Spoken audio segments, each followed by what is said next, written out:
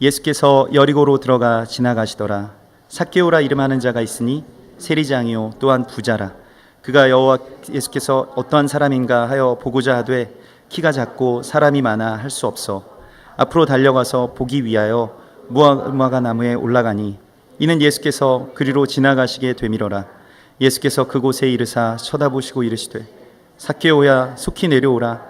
내가 오늘 내 집에 유하여야겠다 하시니 내려와 즐거워하며 영접하거늘 무사람이 보고 수군거려 이르되 저가 주인의 집에 유하러 들어갔도다 하더라. 삭개오가 서서 주께 여짜오되 주여 보시옵소서 내 소유의 절반을 가난한 자들에게 주겠사오며 만일 누구의 것을 속여 빼앗은 일이 있으면 내 갑절이나 갚겠나이다.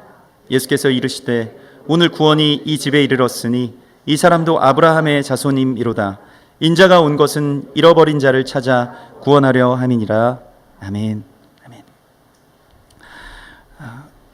오늘 우리가 하나님의 새로운 해를 맞이하였습니다. 새 해가 이제 지난 9월 5일부터 시작이 되었고, 그것은 이 성경의 역사 또한 하나님의 나라의 역사가 시작된 것이 5774년 그러니까 5774년이 밝아온 것입니다. 그래서 9월 5일부터 그렇게 새해가 시작되었고요.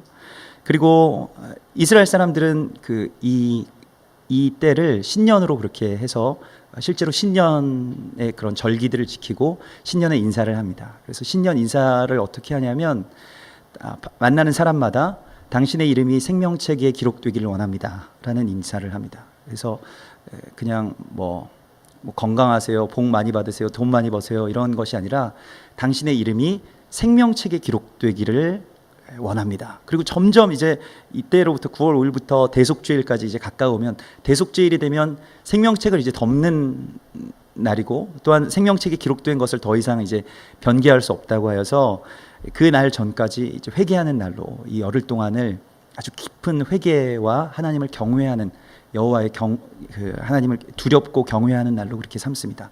그래서 점점 가까워지면 가까워질수록 인사말을 더 강하게 하는데요. 당신의 이름이 생명책에서 지워지지 않기를 바랍니다. 당신의 이름이 생명책에 완전히 임봉되기를 원합니다 라고 해서 점점 이렇게 강한 어조로 또 강한 말로 당신의 이름이 이미 생명책에 기록되었고 결코 변개되지 않을 것입니다 라고 계속해서 열흘 동안 그렇게 서로를 축복합니다. 여러분 옆에 계신 분들, 앞뒤 좌우에 계신 분들 한번 축복했으면 좋겠습니다. 당신의 이름이 생명책에 기록되기를 원합니다. 당신의 이름이 생명책에 기록되기를 원합니다. 당신의 이름이 생명책에서 지워지지 않기를 원합니다. 왜냐하면 이게 어떤 우리가 기로에 서 있다라고 해서 이 날을 그 대속죄일까지 그 생명을 심판하시는 심판대 앞에 나아가기 전까지의 그 중간의 책이 펼쳐진다고 해요.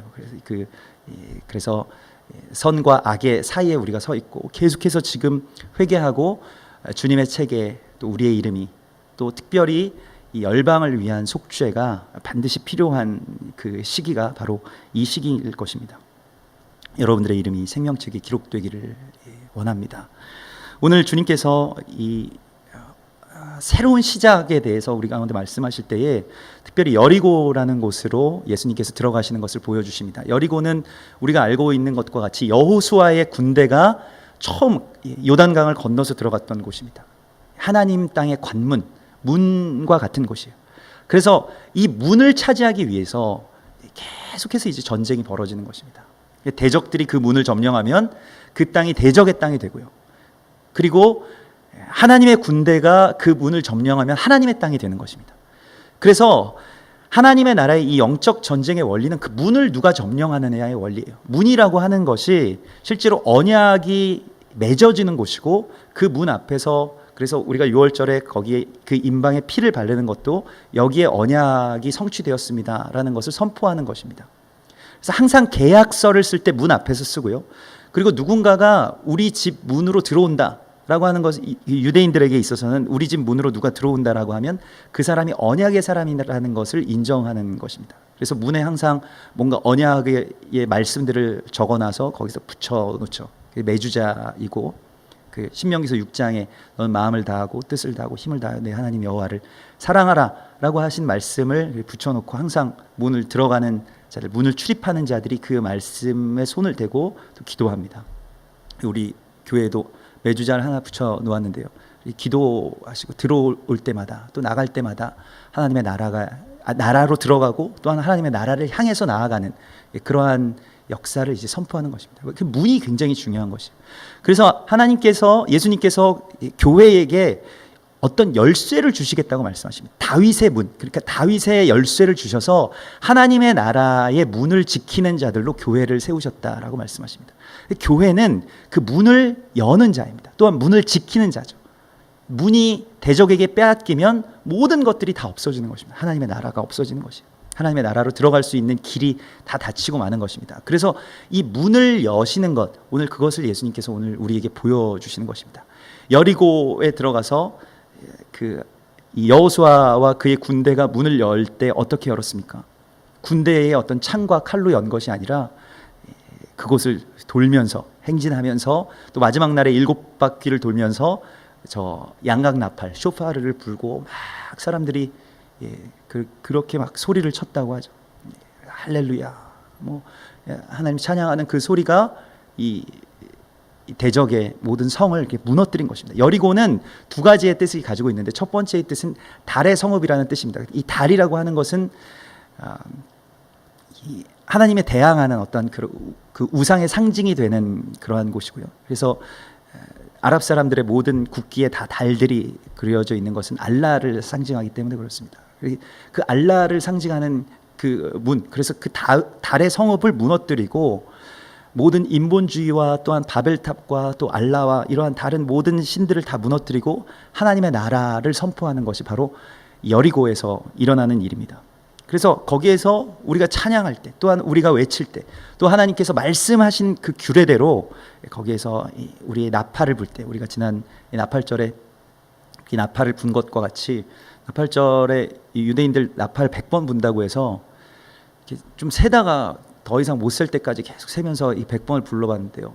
현기증이 나서 나중에 잘 이렇게 일어나 보니까 잘 걷기가 어렵더라고요. 막 불고 나서 나중에 일어나 보니까 몸에 힘이 다 빠지더라고요. 그래서 이게 정말 뭐 이렇게 풍선 무슨 다이어트도 있다고 하는데 이거 계속 불면 살 많이 빠지겠다 이런 생각이 들더라고요. 뭐 진액이 빠져나가는 것처럼 그렇게 쭉 나팔을 불고 소리를 질렀을 때 그곳이 무너졌다는 것입니다. 그래서 실제로 그것이 무너질 수가 있겠느냐라는 것들에 대해서 많은 어떤 논의들이 있었는데 최근에도 왜 우리나라에 어디죠? 무슨 그런 테크노마트, 큰 광진구에 있는 아주 굉장히 높은 건물이 막 흔들렸대잖아요. 전체가 흔들려서 다 대피했을 때 그게 이제 공진 현상이라고 각 어떤 고유의 사물이 가진 주파수에 그 주파수가 딱 맞으면 같이 이렇게 막 떨린다는 겁니다. 그래서 같이 흔들리고 거기서 뭐 에어로빅 하던 사람들의 그 음악 소리와 뭐 기합 소리가 전체 건물을 다 흔들고 사람들을 대피시킬 만큼의 어떤 큰 일들이 일어났다고 하는데 말하자면 여리고성이 그렇게 무너졌다고 이야기들을 합니다. 그래서 예수님께서 우리가 문을 지키는 사람들이 어떻게 문을 열 것인지에 대해서 우리에게 알려주십니다. 이것은 마치 여호수아의 군대가 여리고성을 함락하고 그 문을 열었던 것과 같은 역사를 주님께서 오늘 행하시는 것이에요. 그래서 예루살렘으로 가기 전에 주님께서 여리고의 문을 여십니다. 그리고 여리고의 문이 열리는 것, 하나님 나라의 관문을 여시는 것에 대해서 우리 가운데 선포하고 있습니다. 삭개오의 이야기는 우리가 다 알고 있는 이야기지만 그 안에는 하나님의 나라에 대한 놀라운 비밀들이 또한 숨겨져 있습니다. 그러한 하나님의 구속의 역사에 대한 상징과 비밀들이 숨겨져 있습니다. 삭개오는 아시는 바와 같이 세리였고 아주 공식적인 죄인이었습니다. 마을의 공식적인 죄인, 그 나라의 공식적인 죄인이었죠.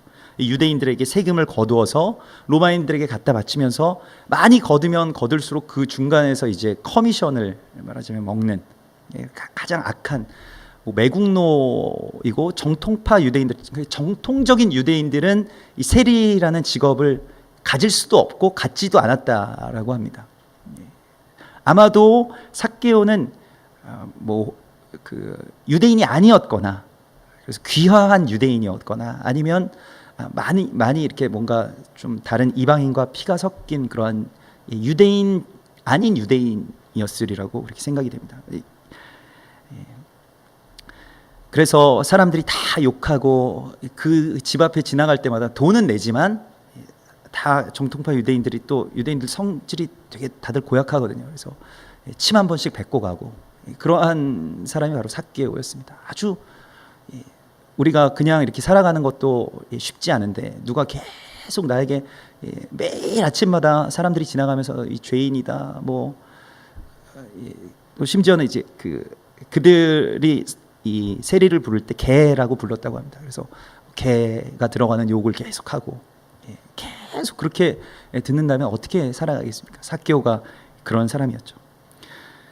그런데 그의 이름은 삭개오, 곧 이것은 그 히브리어로는 이제 자카르라고 해서 순결한 자, 아주 깨끗한 자라는 뜻을 가지고 있습니다. 삭개오, 자카르라고 하는 이름을 가지고 있고 아주 순결하고 정결한 자라는 의미를 가지고 있습니다. 그래서 아주 다른 모든 것들이 다 제거된 그 자카르, 곧 아주 곧고 정결한 자의 이름을 가지고 있습니다. 사람들이 더 욕했겠죠. 저 이름값도 못하는 놈 뭐 하면서 그 이름은 깨끗한 자라고 하는데 마음과 삶은 온통 그렇게 오염되어 있다라고 해서 정말 이름값도 못하는 놈이라고 하는 그러한 그 욕을 먹었을 것입니다. 근데 성경에서 종종 이러한 이름들을 발견하게 되는데 이름의 반전들을 발견하게 되는데요. 이름값도 못하는 사람의 어떤 대표적인 주자가 바로 아브라함이었습니다. 아브라함은 많은 아들을 낳은 아버지라는 뜻입니다. 그러니까 큰 아버지인데 그냥 뭐 큰 아버지가 아니라 많은 자녀가 있는 아버지, 아주 대부 뭐 이러한 자인데 아들이 없었죠. 그러니까 아브라함의 가장 큰 핸디캡은 이름대로 살지 못한다는 것에 있었습니다. 여러분들의 이름의 뜻은 무엇입니까? 그리고 그 뜻대로 여러분들 살고 계십니까? 이름값을 하고 계십니까? 저는 뭐 예전에도 말씀드렸지만 제 이름이 중간에 한번 바뀌어진 적이 있어가지고 대위라는 이름이 뭐 다윗이라는 뜻이어서 좋다고 이제 우리가 붙였는데 한자도 제일 좋은 것만 붙여주셨어요. 그래서 아버지가 제일 좋은 한자들 클 대자에 뭐 위대할 위, 그래서 뭐 크고 위대하다. 근데 이름이 너무 크면 그 이름을 사람이 따라가기가 너무 버겁다. 뭐 이런 말들을 예전에 어른들이 하시더라고요. 이름 차라리 그냥 개똥이로 짓고 그거보다 더 잘 사는 게 난데 크고 위대한데 너는 왜 그러냐. 뭐 이름은 대위인데 뭐 왜 너는 이등병이냐. 뭐 이런 말 군대에서 굉장히 많이 들었거든요. 이름 넌 대위인데 그래서 강대위 매일 부르고 그 같은 또 대대의 강대위라고 하는 분이 있었습니다. 그래서 간부들이 그 강대위를 별로 좋아하지 않았어요. 그래서 항상 뭐 강대위한테 깨지고 난 간부들이 저를 항상 불렀습니다. 야 강대위 일로 와봐. 그래서 뭐 기합도 주고 그 강대위 앞에서 항상 제가 기합을 받았던 기억이 있습니다. 그런데 이름이라고 하는 것은 결국에는 기대를 의미하는 것입니다. 근데 기대에 미치지 못하는 삶이 바로 불행한 삶이죠.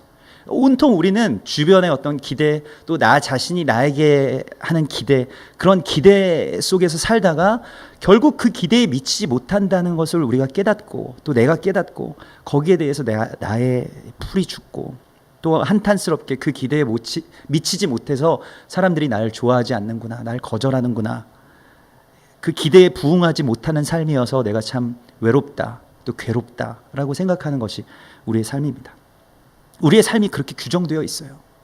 우리에 대한 기대, 그리고 거기에 부응하면 행복한 삶이고 그렇지 않으면 행복하지 않은 삶이다. 그래서 아주 무언의 기대들을 받죠. 그러니까 가장 큰 기대는 무엇이냐면, 가장 무겁고 큰 무언의 기대는 무엇이냐면 그냥 평범하게 정상적으로 살아라라고 하는 데에 다 있습니다. 그러니까 뭐 다른 애들이 한글을 깨우치면 너도 한글 깨우쳐야 된다.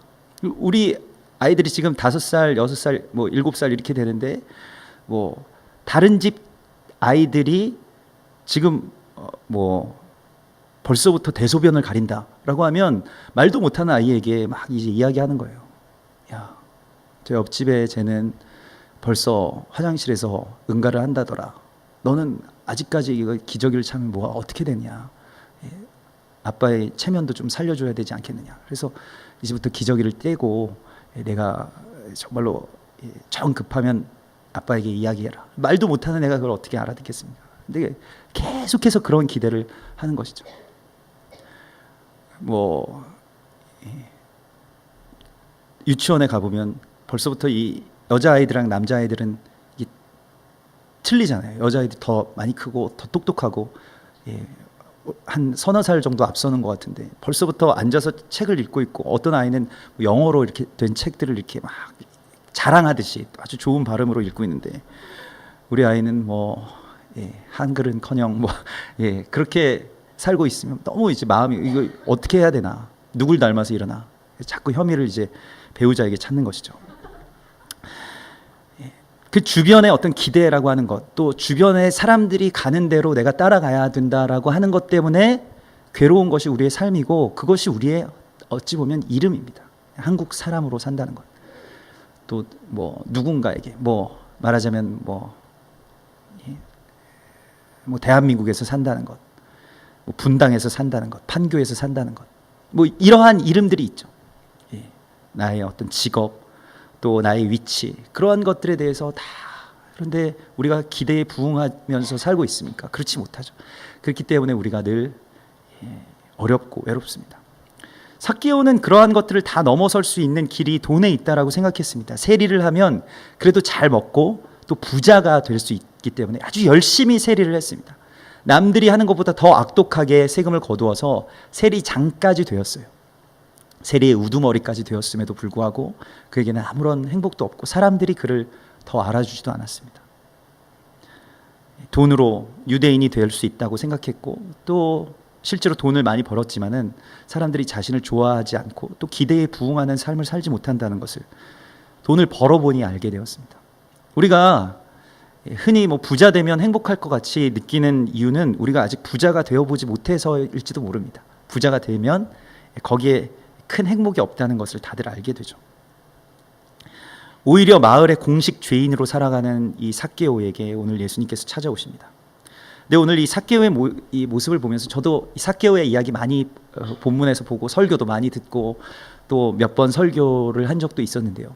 이 삭개오를 보면서 마음이 굉장히 어떤 그 마음의 슬픔들이 밀려왔었는데, 그 무엇이냐면 그 오늘날의 교회의 모습이 꼭 삭개오와 같다는 생각이 들었어요. 그러니까 교회가 꼭 삭개오처럼 돼버렸다. 이 말씀 준비하면서 또 뭐 언론에서 뭐 교회의 어떤 문제점, 뭐 교회가 얼마나 비리가 많고 얼마나 돈이 많은가에 대해서 막 이야기하고 비난하고 이러한 것들을 뭐 단편들을 이렇게 보게 되었습니다. 몇몇 교회들의 문제들이 뭐 있었겠지만 말입니다.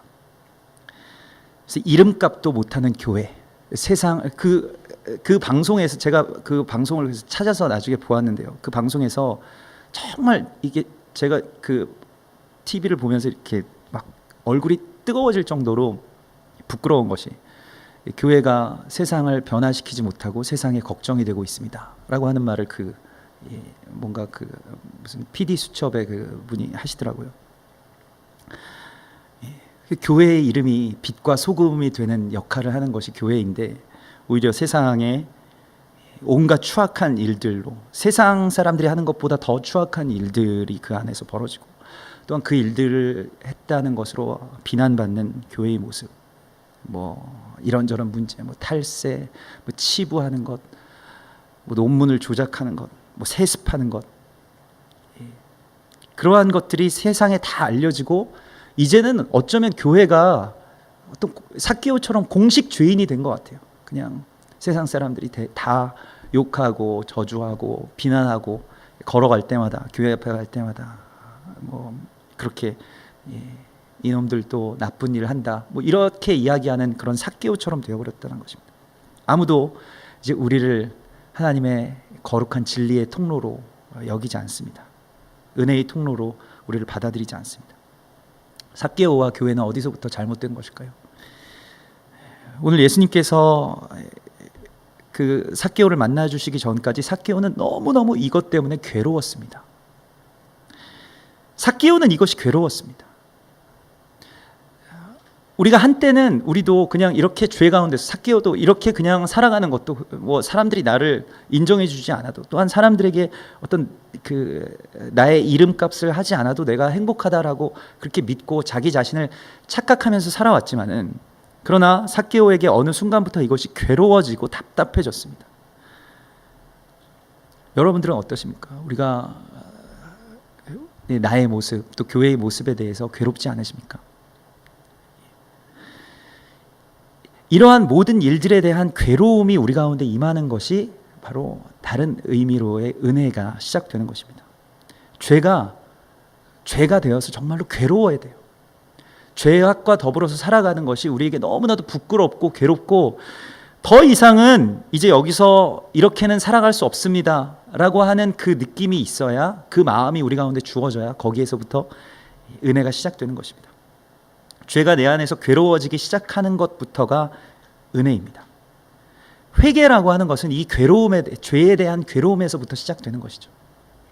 그냥 이렇게 살면 좋겠다라고 하는 것이 아니라 그냥 이렇게 살아도 뭐 내가 만족한다라는 것이 아니라 이렇게 살 수는 없지 않는가, 이렇게 살다가 죽을 수는 없지 않은가, 그냥 이렇게 끝날 수는 없지 않은가라고 하는 그 갈망이 우리 가운데서 터져 나와야만 그때의 회개가 시작되고 은혜가 시작되는 것입니다. 오늘 우리 안에 이 괴로움이 시작되기를 간구합니다. 정말로 우리가 이렇게는 살 수 없다, 이렇게는 우리가 교회가 이렇게 되어서는 안 된다라고 하는 이 애통과 탄식이 그 내 안에 갈망이 되어서 터져 나오는 것, 그것이 바로 복의 시작입니다. 이게 복이에요. 이게 없으면요 기도도 없고 예배도 없는 것입니다. 기도와 예배라고 하는 것은 어떤 생명의 교환에 대한 갈망에서부터 나오는 것입니다. 내가 이렇게 살 수 없기 때문에 그리스도 예수의 생명으로 내가 바뀌기를 원합니다라고 하는 것이 기도이고, 그것이 또한 예배이기 때문에 그냥 종교적인 평안을, 그냥 우리가 이렇게 사는 데서 조금 개선되고 종교적인 평안을 구해서는 안 됩니다. 내가 이렇게는 살 수 없습니다라는 것에서부터 시작되는 참된 회개가 우리 가운데서 터져 나오기를 구합니다. 우리가 그것을 구해야 돼요. 회개의 영이 우리 가운데 부어지는 것이 성령의 역사입니다. 우리가 지난주에 성령의 역사를 통해서 모든 시작이 이루어진다라고 하는데, 성령께서 우리 가운데 들어오시면 우리 안에 그 괴로움이 시작되는 것이에요. 삭개오에게 일어났다. 삭개오가 열심히 살고, 왜 열심히 살아야 되는지는 모르는 채로 열심히 살고, 그래서 열심히 살았는데 사람들로부터 욕만 먹고 자신의 삶에 어떠한 자유도 또한 어떠한 의미도 찾을 수 없었을 때, 그가 정말로 그것이 괴로워서 한 일은 바로 나무 위로 올라가는 것이었습니다. 올라가야 됩니다. 올라가는 것. 올라가는 것은 무엇입니까? 주님 앞으로 나아가는 것. 주님이 가장 잘 보이는 자리로 나아가는 것입니다. 주님 가까이로 나아가는 것입니다. 우리가 회개하는 자들이 제일 처음에 해야 되는 일은 무엇이냐면 하나님께로 더 가까이 나가는 것이에요. 가까이 나가다 보면 죄가 견딜 수가 없게 됩니다. 이 죄악을 가지고는 우리가 살아갈 수 없다. 그러니까 회개는 죄를 바라보는 것에서부터 시작되는 것이 아니고요, 하나님을 바라보는 것에서부터 시작됩니다. 하나님을 더 가까이 바라보고 하나님을 더 정확하게 바라보면 내가 얼마나 잘못되어 있던 존재인지, 내가 얼마나 예수를 잘못 믿고 있었던 존재인지, 우리 교회가 얼마나 잘못된 교회였는지를 깨닫게 된다는 것입니다. 근데 하나님을 바라보지 않고 죄를 바라보면 죄는 계속 치워도 계속 나오는 것이에요. 거기에는 거룩함이 있을 수가 없습니다. 죄를 제거해서는 안 되고요, 하나님께로 나아가야 됩니다. 올라가야 됩니다. 그래서 삭개오는 그 위로 올라갔습니다. 돌 무화과 나무 위로 올라갔다. 예전 번역에서는, 개역 개정 번역에서는 뽕나무 위로 올라갔다라고 하는데요, 학술적으로는 뽕나무와는 큰 상관은 없고 돌 무화과 나무라는 것이 이제 정확한 번역인데, 문제는 이제 이 나무 위로 올라간다라고 하는 것이 자기 자신의 수치를 드러내는 것이기 때문에 문제가 생긴 것입니다. 오늘 누가복음의 저자인 누가도 분명하게 기록하고 있습니다. 삭개오가 키가 작아서 올라갔다. 그냥 키가 작으면 그냥 작은 데로 살다가도 뽕나무 위로 올라가면 저 키 작은 저 삭개오 또 뽕나무 위로 올라갔다라고 해서 그를 막 그의 수치가 드러나는 것 아니겠습니까? 그리고 삭개오는 지금 어떤 사회적인 지위도 있어요. 물론 뭐 유대인들이 욕을 하지만 막 그렇게 뭐 젊고 그렇게 막 뭐 구경 나면 나무 위로 막 올라가는 그런 어린 아이가 아닙니다. 세리장이에요. 그래도 유대인에게는 인정을 받지 못하지만 로마인에게는 또한 그 사회적으로는 자기의 지위와 부가 있습니다. 그럼에도 불구하고 그는 자신의 수치를 드러내고 또한 자신의 지위와 또한 자신의 입장에서 다 떠나서 그 위로 올라갈 수 있었습니다. 올라간다는 것은 거룩한 자리로 나아가는 것이지만 그 거룩한 자리로 나아간다는 것은 정말로 갈급하게 내 안에서 그런 수치들을 다 무릅쓰고 나아가는 것이에요. 기도도 마찬가지입니다. 여러분 기도할 때에 우리가 기도 제목을 나누거나 아니면 정말 통성으로 기도를 하거나 간절하게 무엇을 기도하는 것도 사실은 뭔가 우리 안에 있는 어떤 자존심, 일말의 자존심과 수치심 때문에 못할 때가 많이 있습니다. 기도를 같이 기도 부탁을 잘 못해요.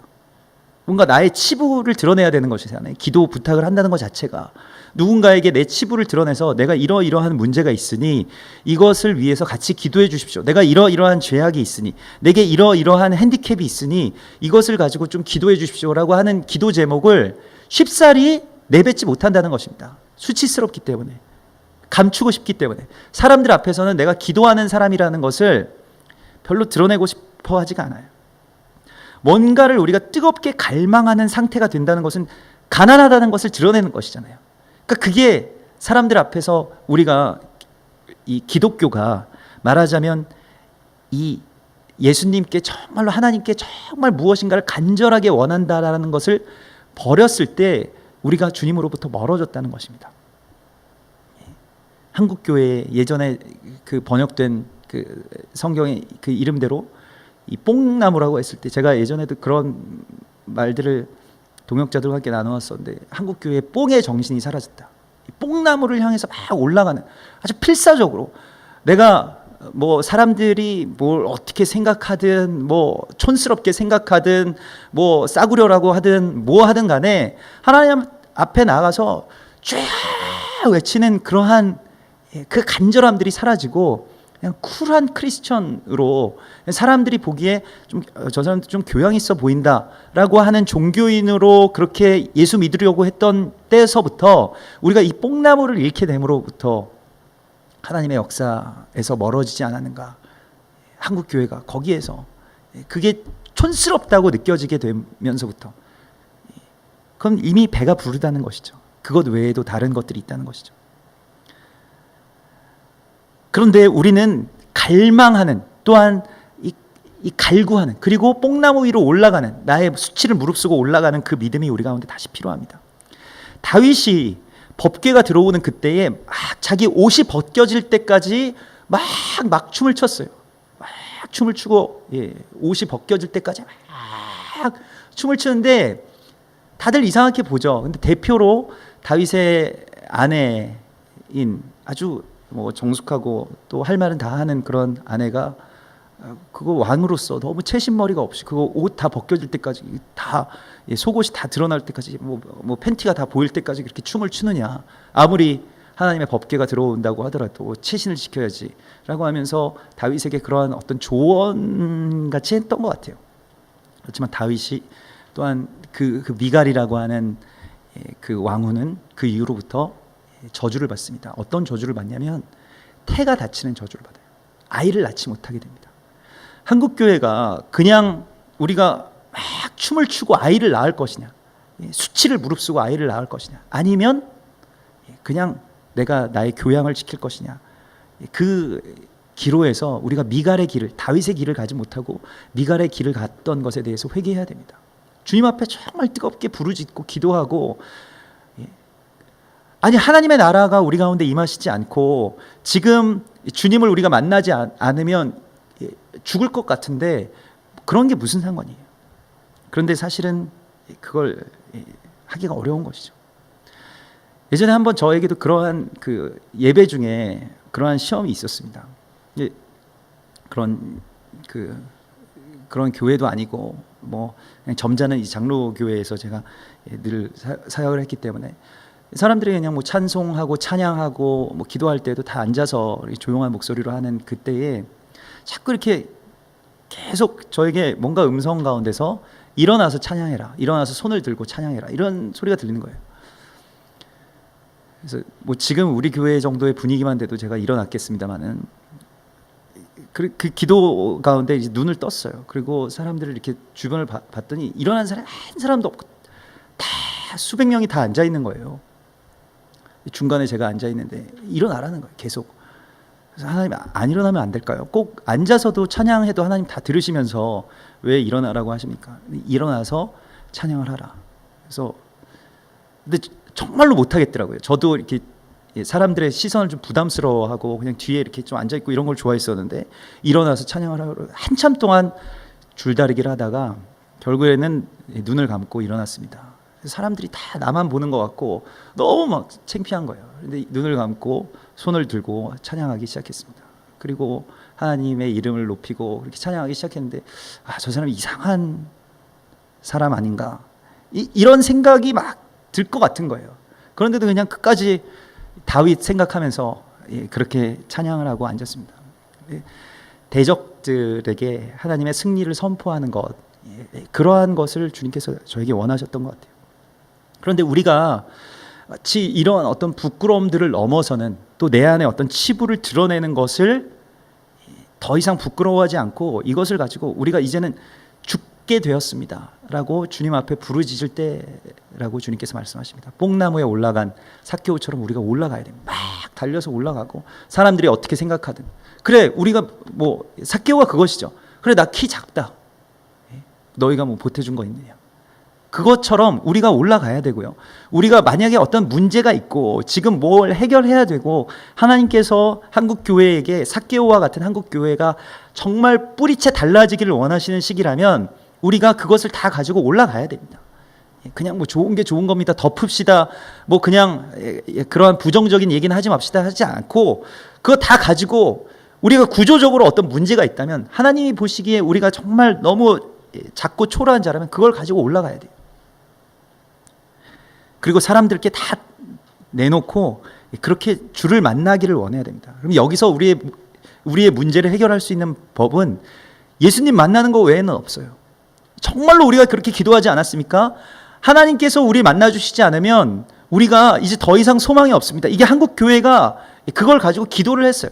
그런데 그걸 다 드러내놓고 정말로 간절하게 주님 앞에 찾고 찾아야 됩니다.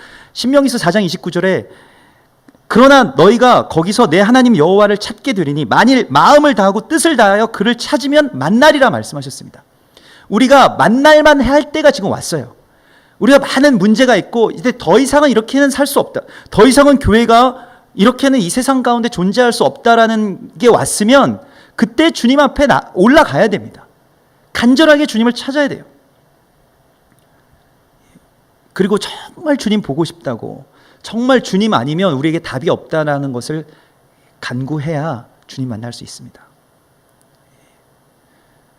우리가 그 지난 금요일날 예배팀이 같이 그 황금성 교회라고 하는 이 탈북민들 사역을 하시는 그 교회에 갔어요. 그 목사님을 뵈고 제가 깜짝 놀랐습니다. 영등포에 어떤 아주 작은 그런 무슨 어떤 그 이 술집 골목이 있는 곳에 어떤 지하에 탈북민 그 아이들, 그러니까 탈북민인데 아직 그 청년들, 그러니까 뭐 대학생이나 아니면 고등학생 아이들인데 어린 시절에 탈북한 아이들을 모아다가 그 아이들 이제 그 탈북민들에게 제공되는 집이 제공되지 않습니다. 근데 그 아이들과 같이 합숙하면서 뭘 하시냐면 1년 동안 이 아이들에게 성경을 백독을 시키는 거예요.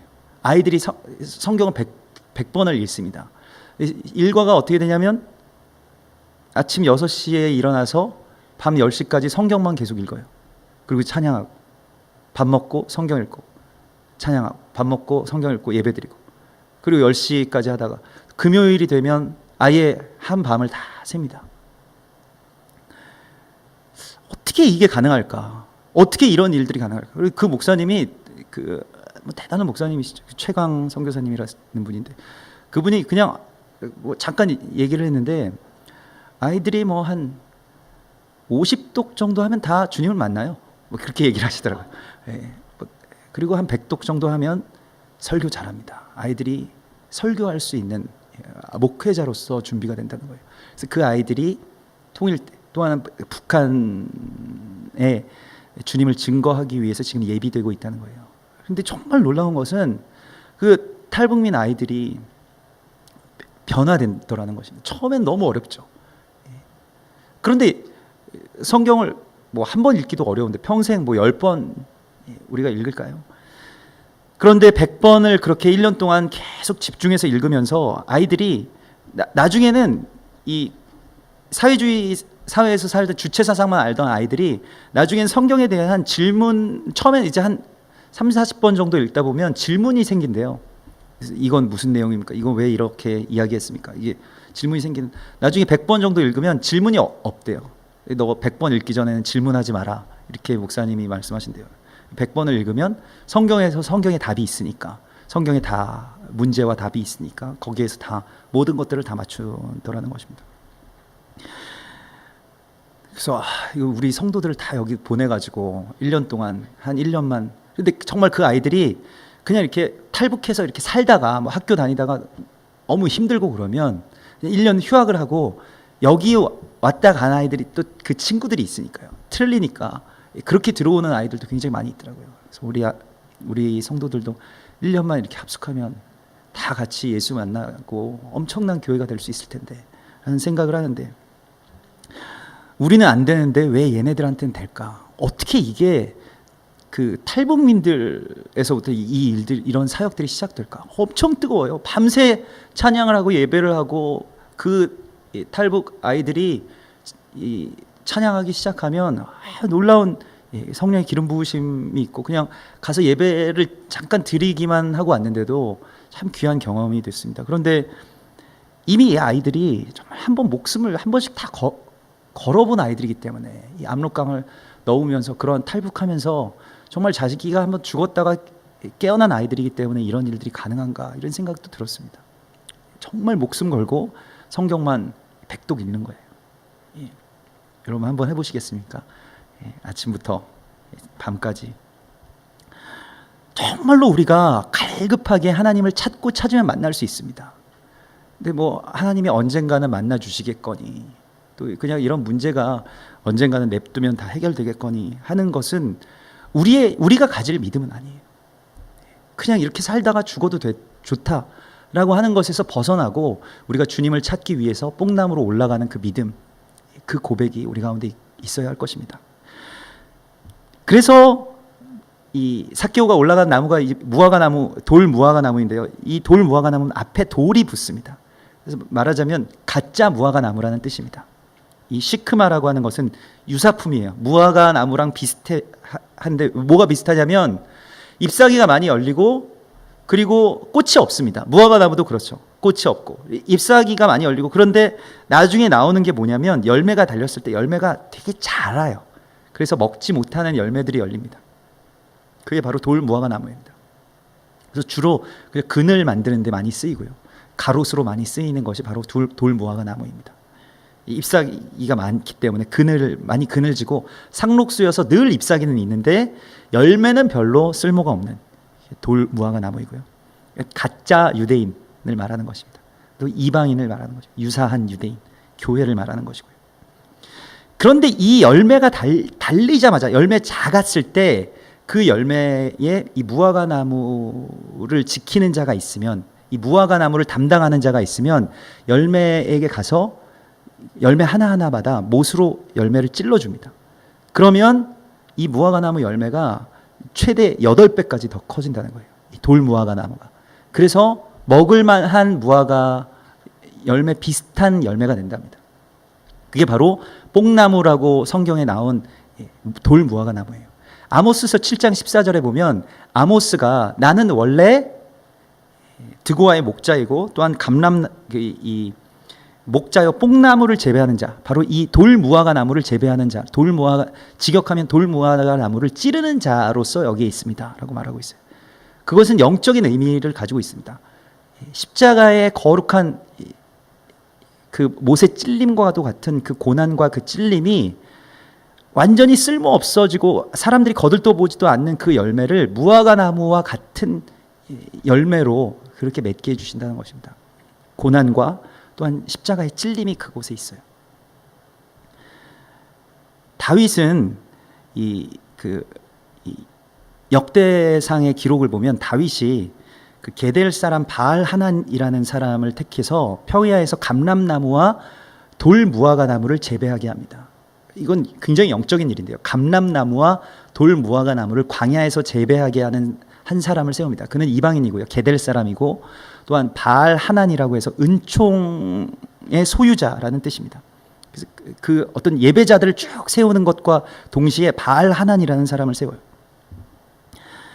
그래서 그가 그래서 게델 사람 바알 하나는 평야의 감람나무와 뽕나무를 맡았고 요아스는 기름 곶간을 맡았더라라고 해서 그 영적으로 지금 이것이 바로 이방의 교회에 대한 그런 예표를 이미 다윗 시대에 그렇게 그리고 있습니다. 그리고 그곳에 지금 매달린 삭개오는 그것의 열매이죠. 교회와 그곳에 달린 삭개오. 그런데 그를 찔러주면 많은 열매를 맺게 됩니다. 이방의 교회가 십자가를 받게 되었을 때, 십자가의 고난을 받게 되었을 때, 십자가로 말미암아서 이방의 교회들이 찔림을 당하고 순교를 당하게 되었을 때 교회는 비로소 열매를 맺게 되는 것입니다. 그리고 주님을 바라볼 수 있는 자리로 나갈 수 있게 되는 것입니다. 우리가 이 은혜를 받은 것이에요. 이 돌 무화과 나무인데 우리가 원래는 그냥 버려지는 돌 무화과 나무인데 이것에 대한 찔림을 받았기 때문에 이제 많은 열매를 맺는 그러한 나무가 된다라고 주님께서 말씀하십니다. 그리고 주님께서는 삭개오를 부르십니다. 삭개오야라고 부르십니다. 항상 유대인들이 뭐 개, 뭐 세리, 뭐 죄인 이렇게 불렀던 이 삭개오의 본명을 불러주십니다. 삭개오야. 그 이름을 이미 알고 계셨다는 거예요.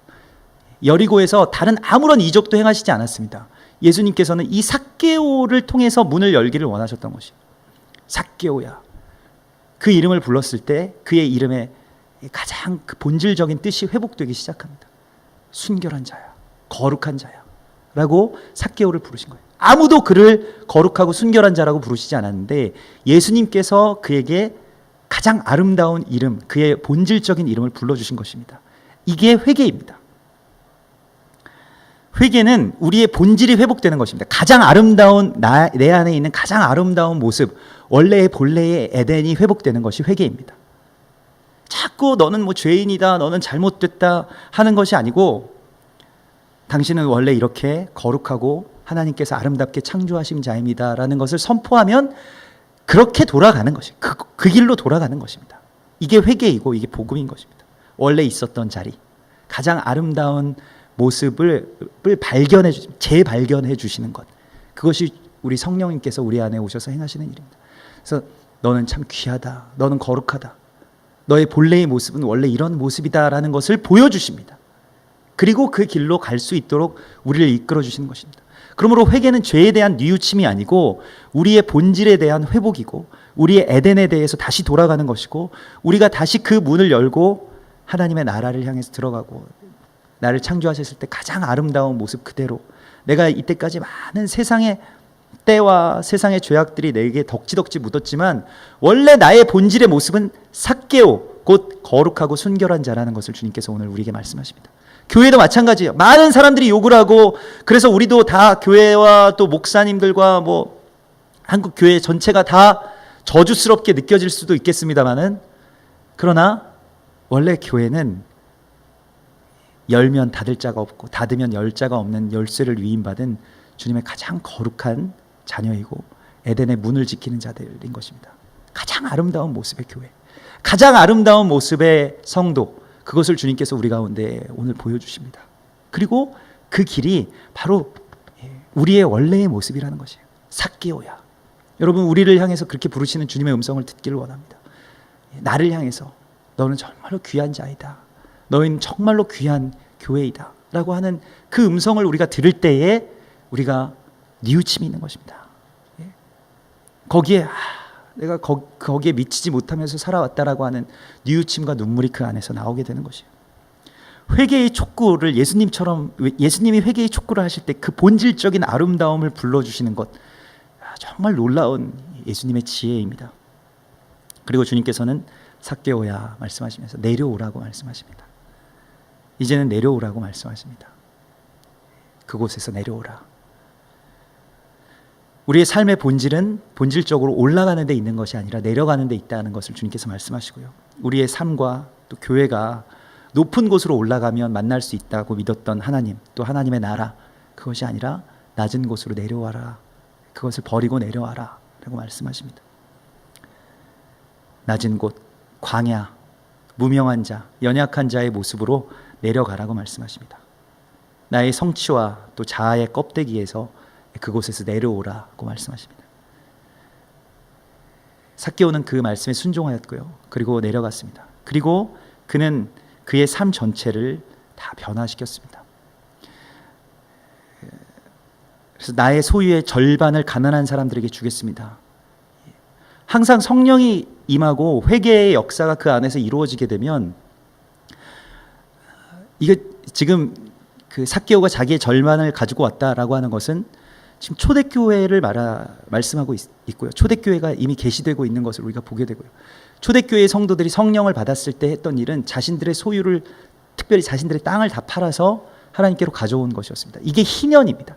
희년이라고 하는 것은 소유의 자유가 선포되는 것이에요. 이 땅에서 소유하게 됨으로써 살아가는 것이 자유가 아니라, 이 땅에서 내가 가난한 사람들을 위해서, 하나님을 위해서 나의 것들을 다 드릴 때, 다 베풀 때 거기에 하나님의 나라가 선포된다는 것을, 그것이 바로 교회이고, 교회가 이 모습을 회복할 때, 교회가 이 장막에서, 초대교회가 그러했던 것처럼, 또는 광야의 교회에서 장막에 사람들이 자신의 모든 소유를 다 가져와서 그 장막 문 앞에 두었던 것처럼, 우리의 지표는 바로 교회가 이제 물질을 어떻게 하나님께로 드리느냐 하는 데에서 결정될 것입니다.